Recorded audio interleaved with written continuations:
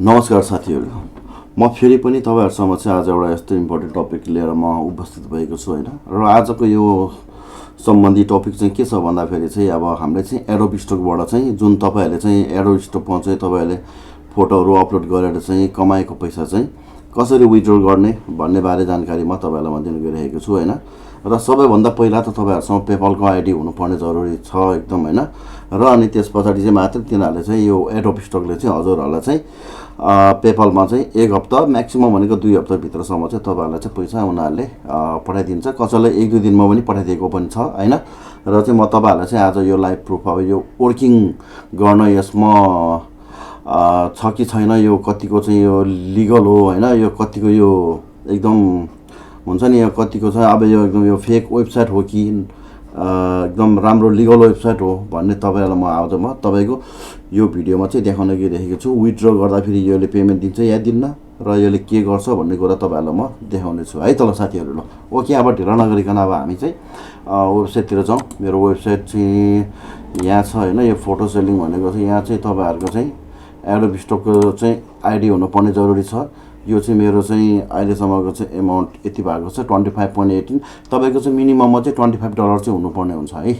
यसमा चाहिँ तपाईले चाहिँ यो एडोब स्टकबाट चाहिँ पेमेन्ट लिनु मन छ भने $25 चाहिँ मिनिमममा हुनु पर्यो साथीहरु। त्यो भन्दा बढी भए झन् राम्रो है।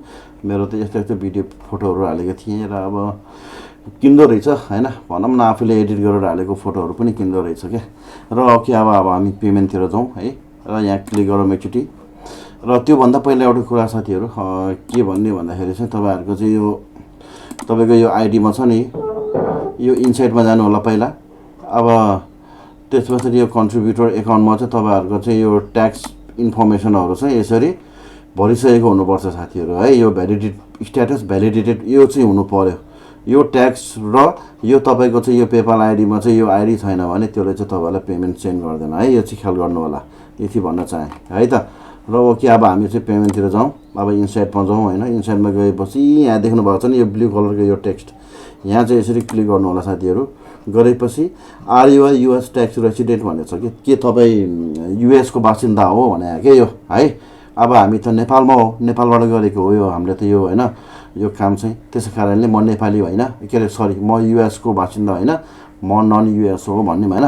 No I am not a US tax resident, यहाँ नो गरिदिनु होला। त्यसपछि ट्रान्सफर $25 यो चाहिँ मेरो पेपलको आईडी भयो। तपाईहरुको नि यस्तो आईडी हुनुपर्ने जरुरी हुन्छ हैन। त्यसै कारणले अब यसलाई चाहिँ ट्रान्सफर $25 यसरी क्लिक गर्नु होला। ल your payment request has been successfully submitted, it will be proceed within 7 or 10 business days भनेछ नि।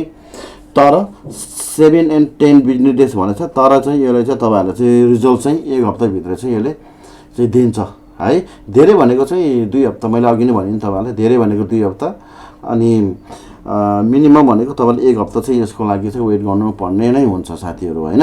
ओके, अब चाहिँ अब हाम्रो मेल पनि यसले पठायो होला जहाँसम्म लाग्छ हैन।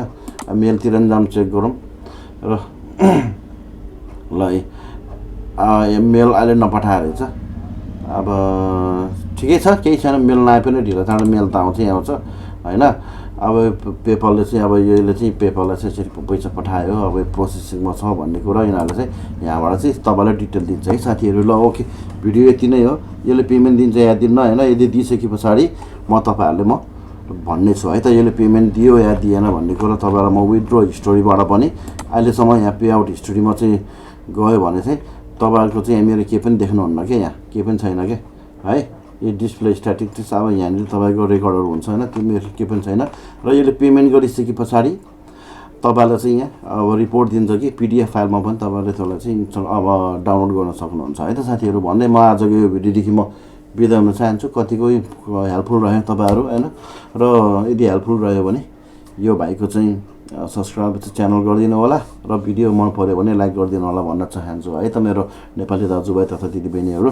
Thanks for watching. See you again in the next topic and next video guys. Bye bye.